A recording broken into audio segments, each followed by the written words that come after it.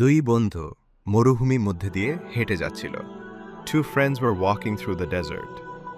কিছুক্ষণ যাত্রার পর তাদের দুজনের মধ্যে ঝগড়া হয় এবং এক বন্ধু আরেকজনকে থাপ্পড় মেরে বসে। After walking for some time, they got into an argument and one friend slapped the other. যে থাপ্পড় খেয়েছিল সে মনে কষ্ট পেলেও মুখে কিছু বলল না। The friend who was slapped felt hurt but said nothing.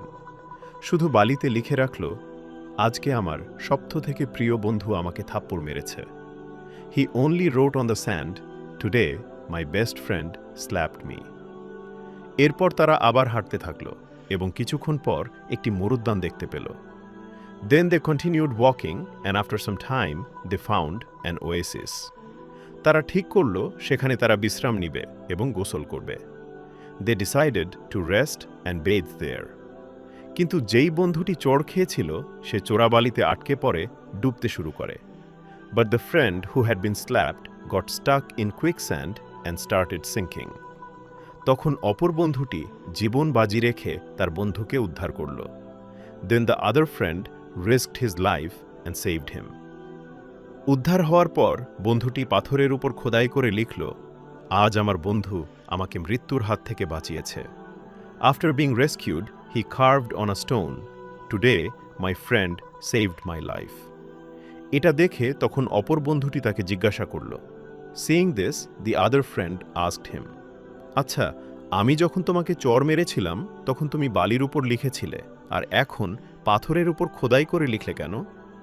When I slapped you, you wrote on the sand, but now you are carving on a stone.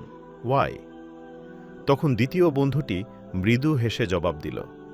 Then the second friend smiled gently and replied, যখন কেউ আমাদের কষ্ট দেয় তখন সেটা বালিতেই লিখতে হয়।